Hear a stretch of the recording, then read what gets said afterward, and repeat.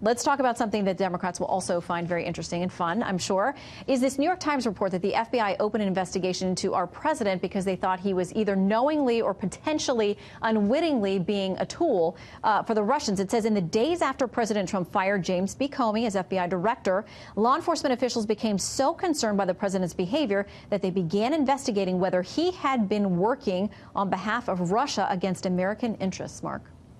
I mean, it just goes to show that the dirty dossier fueled all of this witch hunt, which continues on today. And, you know, I spent the first dozen years at a college in the media, and one of my first news directors taught me that the first three letters of news spell new.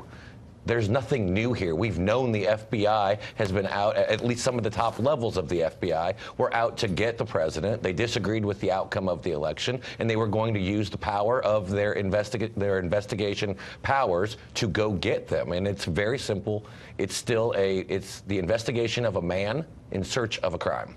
Well, Doug, you know, of course, there are many people associated with the institution, the DOJ, the FBI, who say that's not the case, although it's still being investigated by the House. I'm sure they're going to drop that investigation now because now they're setting their sights on the president. But I want to read a little bit of Rudy Giuliani, obviously the president's attorney, his response to this New York Times story. He says, sure, the fact that it goes back a year and a half and nothing came of it that showed a breach of national security means they found nothing. So, Doug, is this much ado about nothing? You know, I don't think we know, Shannon. I would love for Mr. Mueller to investigate what the FBI was doing at a time when they were in turmoil. We know that. And I really think that there are so many questions raised by the Times report, best not to rush to judgment, best to try to investigate and explore and learn really what was happening.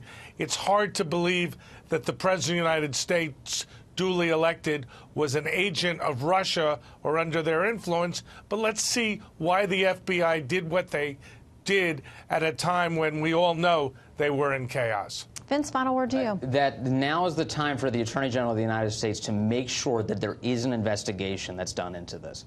Because if the whole idea is that that confidence in the integrity of the FBI is being undermined, that needs to be fleshed out. We need a real investigation into the FBI, how all of this happened, and why they were beholden to political opposition research that so far has yielded next to nothing by way of truth.